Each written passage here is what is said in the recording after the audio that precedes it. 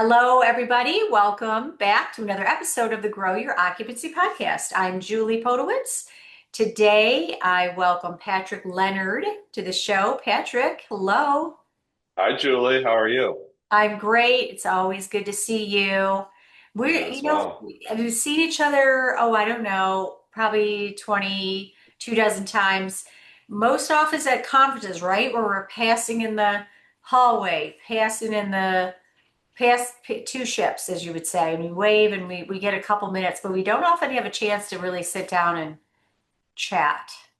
I know. I was thinking the same thing. And I know, we talked about a month ago and we had an opportunity to talk about some fun senior living sales things. So I was excited to sit down again with you and have a little bit more in-depth discussion with you because you've been always someone that I've looked up to in the industry, just Oh. knowing you kind of from afar and the work that you do. So I'm excited to chat a little bit more. Well, I thought I'd include everybody in our chat, Patrick. We got so much to say. Patrick, Perfect. No secrets. no secrets. Well, for those we'll go on pause. We'll put this Perfect. off. But for all those deep dark ones, but Patrick Leonard is a chief revenue officer at the Gatesworth Communities, doing incredible things. And I said, I've got to have you on the show and pick your brain. Patrick, tell us about the Gatesworth Communities. Yeah. Thanks, Julie. So the Gatesworth communities are here in St. Louis, Missouri. So we have four senior living communities that have been locally owned and operated since their existence. So we opened up in October of 1988. Um, and we have slowly expanded, starting from our independent living with 297 units to our assisted living and memory care with 135 units here on the same campus, and our skilled nursing with 59 units here on the same campus as well. We also opened a standalone um, memory care community called Park Provence 15 minutes down the road. So slow and thoughtful expansion. And there was different phases through there over the last 37 years by our local owners, Charlie Deutsch, David Smith, and actually my dad, Bob Leonard, built the Gatesworth as a developer back in the day, and he stayed on and was asked to run the operation. So those three have been partners ever since. So it's really been locally owned and operated. There's a family aspect in there as well. So really take a lot of pride in high service, high touch, personalized service and care at all of our communities, and personalizing the experience through that kind of thoughtful, slow expansion. Well, you personalize the experience for many, many, many, thousands of people, and certainly for your residents and your prospective residents, because you are full. Is that correct? You're fully occupied in your 297 units, so a huge independent living.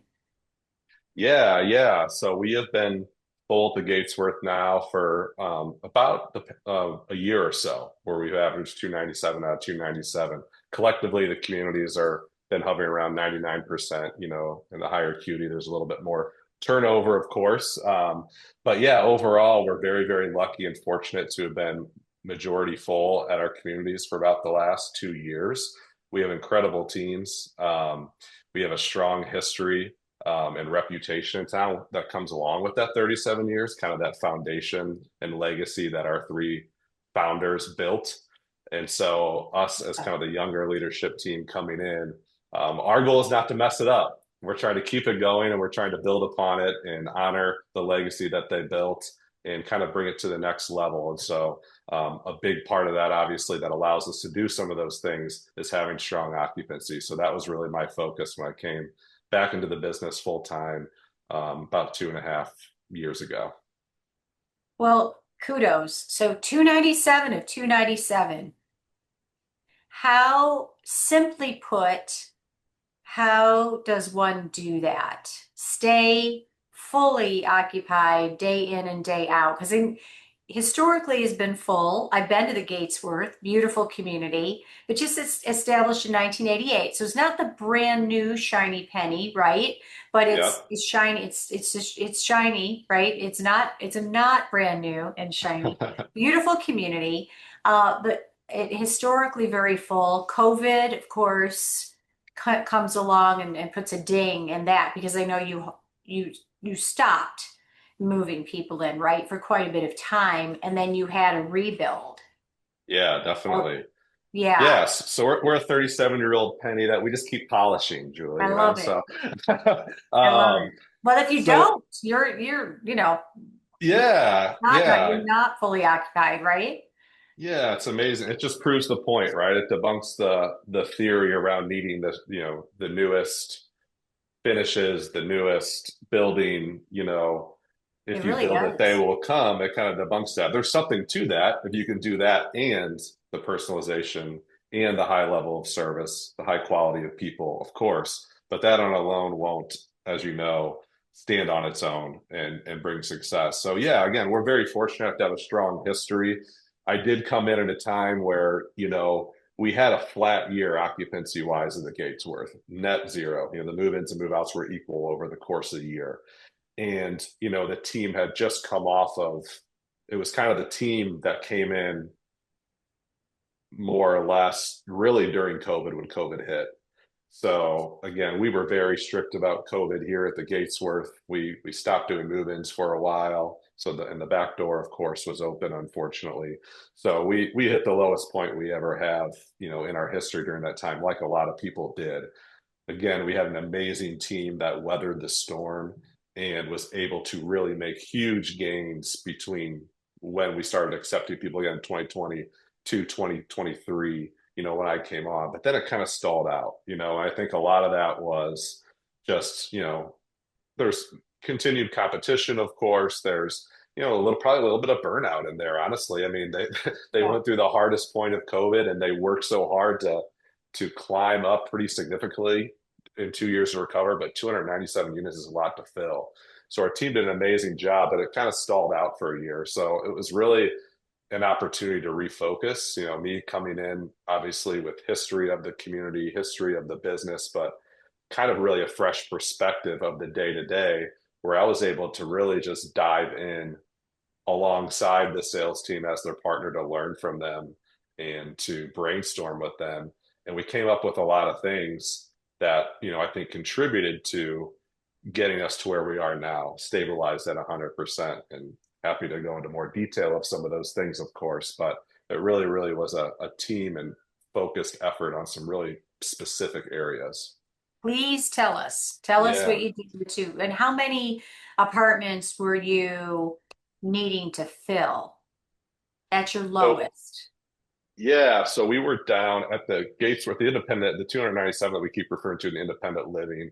I mean, we were down over 40 apartments that we needed to Okay. fill.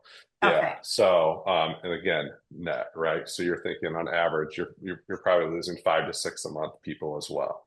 So, and we had kind of had a flat year, like I mentioned. So when I came in, I think about it through a few different lenses. You have your people that are in the seats doing the job. You have the processes and the tools that they're using, and then you kind of have the plan. Three P's to make it simple: people, process, plan. And the plan is really, your metrics and your goals and how you're tracking against those. And so to me, it's always most important to start with the people, right? So I was in the morning, we're very big on the morning sales meeting every single morning, like clockwork here in the community, and talking and planning on prospects as a team. It's a very collaborative experience. We're fortunate we have a few sales counselors here at the Gatesworth of being that large, so we have a team to collaborate with. So I was coming in, I was in the morning meetings every single day. I participated in our planning sessions. I participated in the tours and the home visits and the creative follow-up, all those fundamental sales behaviors that, through prospect-centered selling, which is our, approach and methodology and the way we think about sales, senior living sales, those are the key behaviors to live it out. So the team was doing such a really good job with it. And I learned so much from them through focusing on learning about them and learning about our prospects. So that was really the people side of it.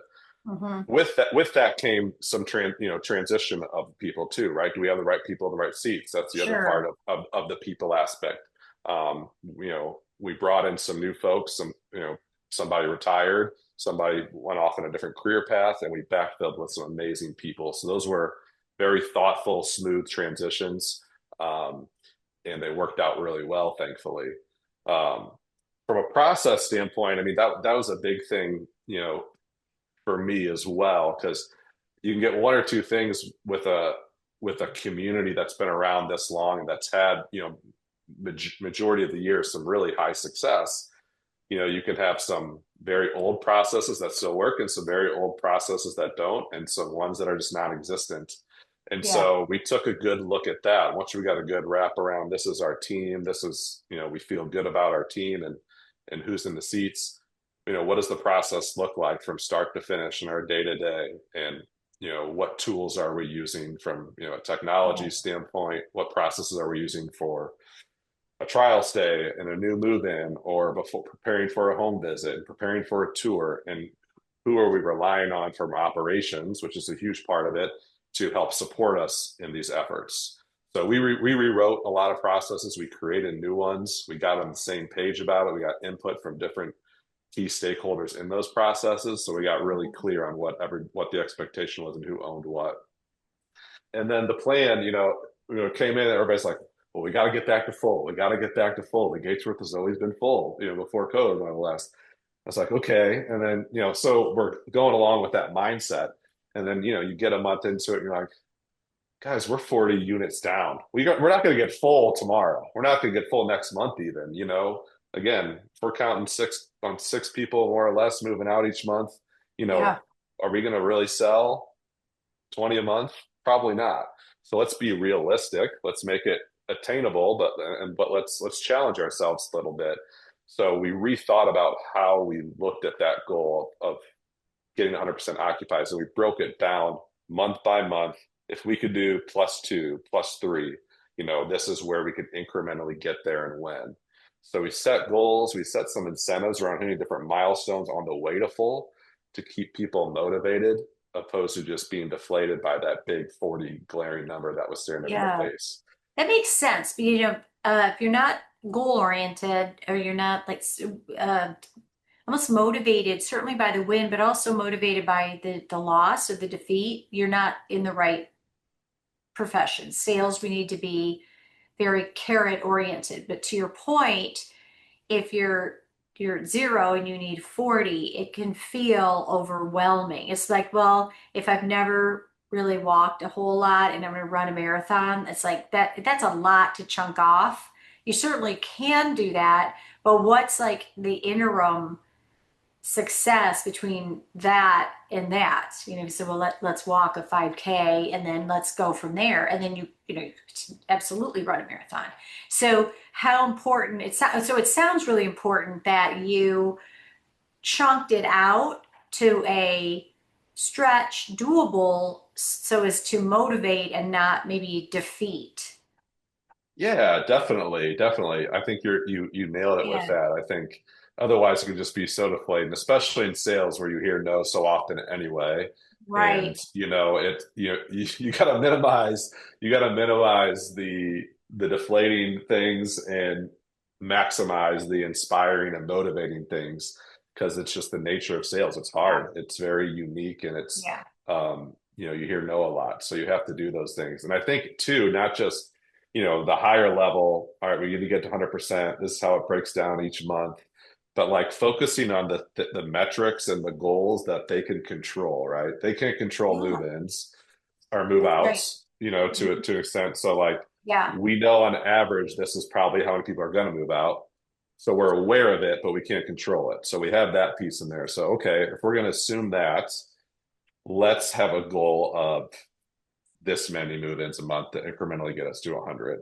Okay, so we have that, but sales don't just happen. So what do we have to do to get those sales? So we break it down into some of those leading indicator metrics, as we call them.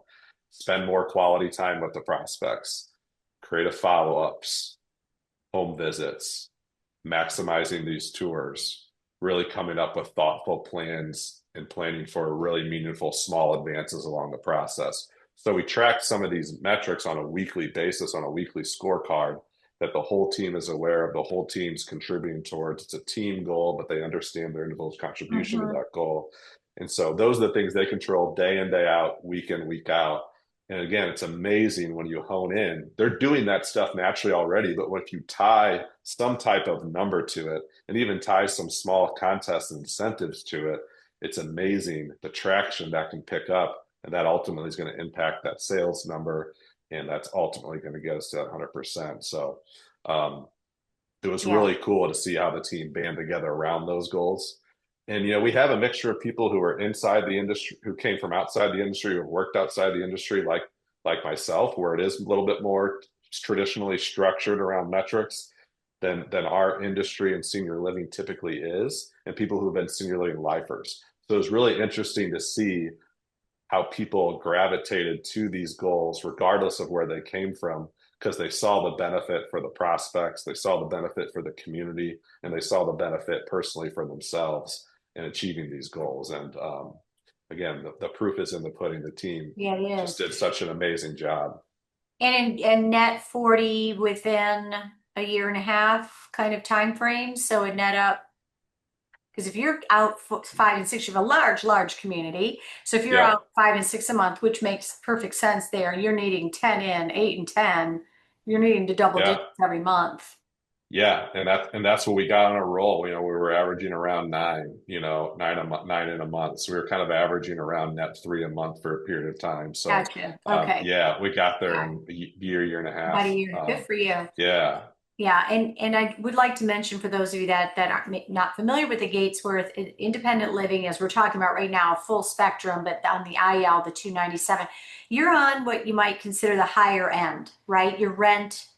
So can you give a context? Like the rents are more on the higher side, you're on the higher side of maybe the market, right? yeah, definitely. Yeah. So we are the highest You're the for highest. Okay. sure. We are the highest in the You're the St. Louis highest. market, Okay.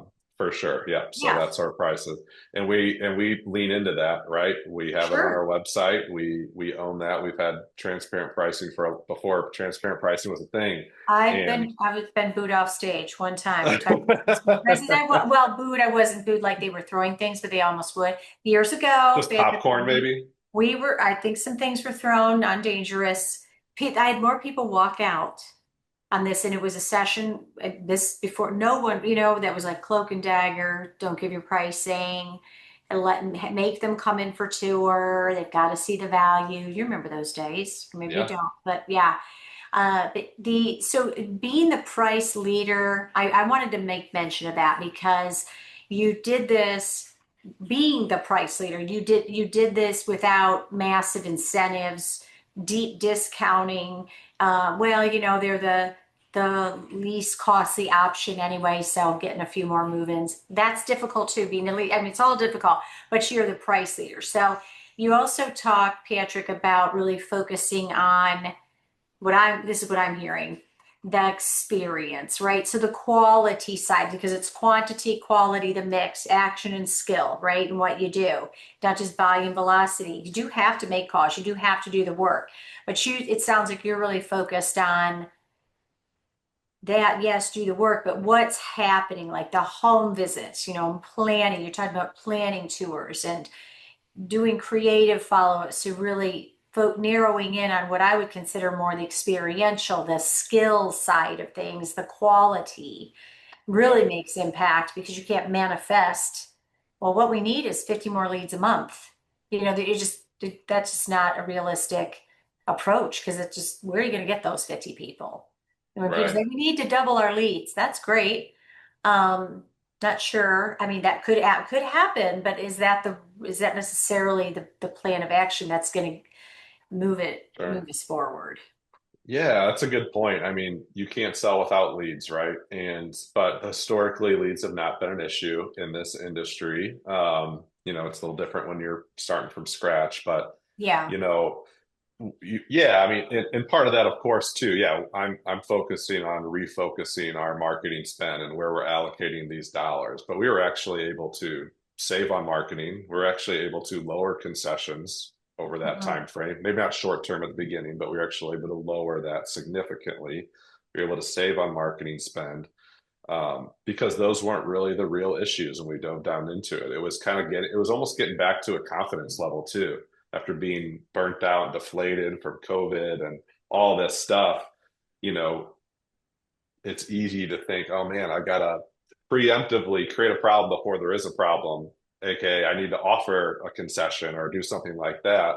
But Ooh, 99% of the time, that wasn't really the real issue. So, like, let's slow down. Let's not create problems before they exist. I Let's like truly that. Yeah. sit and Yeah. listen, connect with them, and Yeah. untangle what they're Yeah. telling us. Mhm. And so, Yeah, but like yeah, yeah, we're creating this because we're going too far ahead. Like they're going to say this, but they're going to think this because I'm thinking this, and maybe we're because we're the price leader, they're going to think this. We're yeah, 16 steps in a made up scenario that never happened because we're thinking it in our head, right? And then so we're living in that space when that's not that's we think it's yeah, reality because we yeah. created it. Yeah, and it's interesting too, right? And I think a lot of that comes up because, again, going back to kind of the planning that you were talking about it and planning for the experience, planning for the next advance, planning on individual prospects and their individual situation. I think a Hmm. lot of that comes from that process, right? It can be your worst enemy if you don't leverage it in the right way. You could completely overthink. You could spend hours on one Yeah. prospect, you know, which is, could be okay in certain situations, but like, I think a lot of that coming up with different scenarios and outcomes is a natural part of the planning process. But at the end of the day, you have to refocus it, distill it down, and then let go of all that stuff and let go of the outcome and let go of the assumptions. It's good to hypothesize, but we can't let those preconceived notions and assumptions overtake how we're showing up for that tour or for that home visit. We got to take a step back, prep. The planning is kind of like our stretching, right? We're getting ready. But at the end of the day, you clear your head before a big game. You're not thinking about every little thing you want to do in that game. It becomes natural because you did that stretching, you did that practice, you Because did you that planning. yeah. It's Yeah. natural because you've practiced it. It's not Right. oh, you're so natural on stage.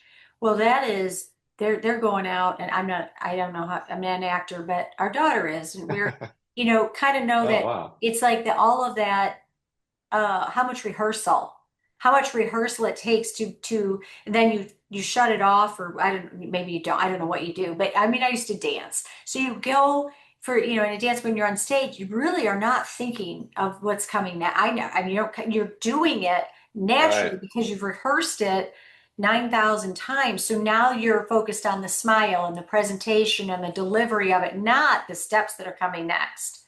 You never think of that's like that muscle memory. So the Yeah. more that, yeah, all the things that you're doing on a day in a day out basis on like you talked about the plan and the process. I really think, Patrick, people, I don't think, I know, underestimate the impact of the plan, of the practice, the role play, the case studies, as you call them, the strategy meetings. That because the more that you've you're used to saying things in a certain way, it comes, or you're used to listening more than you're talking or pausing, or instead of jumping to an answer, or oh wait, I know, or here's this, you're saying tell me more about that, as part of your natural as part of your natural way of doing it, but it might not have been natural 5 years ago or a year ago or a month ago because Right. you weren't Right. practicing it. Yeah, so that, Yeah, and even yeah. if it was natural to, like, some people are naturally, better at certain things, right? They naturally have strengths, they naturally do these things. But I think to your point, like having the process, having the repetition, Hmm. having the ongoing Yeah, training and coaching around it, it makes it more recognizable when you're doing things and be like, oh, that was really helpful, or oh, that worked really well. Now you're recognizing it, you're more self-aware of yeah, what your natural strengths maybe were, or you're more yeah. self-aware of the opportunities, and you work on those a little bit more maybe. So yeah, I think you're exactly right. And I think that's the power of one, having a defined sales process and methodology, to having ongoing education around it, regardless of how long you've been doing it, um, and then having a practical way on a daily basis, like we use at morning meeting, to live out that process and methodology and the training that you've done in real time, and you repeat it over and over, and it becomes, you know, muscle Couple memory things to a certain extent. where it becomes natural, it comes, yeah, because the habit. A couple of things you mentioned, I like to, but as we're closing out here, ask you about. One is or make a comment. You are chief revenue officer. You're very involved. It sounds even on the day to day when you're in on the planning sessions. You're very aware. You're not sort of sitting in an office looking at spreadsheets. You're involved in Looking the at the loading dock right you're on now, the actually. loading dock. Right? Where's it? All the money coming in, right? The money truck's backing up to your door. How important is it, from an executive director standpoint, from a team standpoint? You've got three, and again, I know you've got more because you've got four communities in your campus, but again, focused on this, that to some people's ears, 297, plus a very large assisted living, plus a memory care, plus a standalone. And to be clear, all occupancy is very high across the portfolio, right? Yeah, yeah, Yeah. all at 99% plus collectively between All, the do you hear that? 612 units. All at 100. Okay, caveat, I'm going down a rabbit trail real quick. Standalone memory care, I get this question frequently. There any differences in selling standalone memory care community versus a memory care within a community setting that has maybe assisted living or independent living? I get this a lot, Patrick, and the standalones will swear to me it's different, you don't understand, etc. Can you please shed some light on this? Yeah, well, I would just be curious, what specifically is different? Yeah, by nature, the business model is a little different, right? Standalone versus if you're part of a larger campus, you don't have the direct feeder on your campus from independent living, assisted living, maybe that feed into it. So there might be different talk tracks, different objections you're kind of dealing with in that. And, also some differences, of course, is, you're working directly as the, primary point of contact typically is, the POA, the adult child, the spouse, the family friend, whoever that person is who might be speaking and making decisions on behalf of the of the prospective resident. So sure, I'd be naive to say there's not differences um, in that, but I think the process is still the same. How we treat the sales process, how we interact with the people, how we are connecting and getting discovery and untangling that emotional resistance to change, and how we're thinking about planning for creative follow-up and meaningful advances. The value proposition, I think overall is the same. Now, again, you can make an argument. Okay, do we have a SNF? Do we have a Medicare component? What short-term rehab? What does that look like? So again, there's some of those little nuances in there, but I'd say they're more alike than different, Really too. particularly as it relates to the sales process Mhm. itself. And you take those outside Yeah, factors out of it. yeah.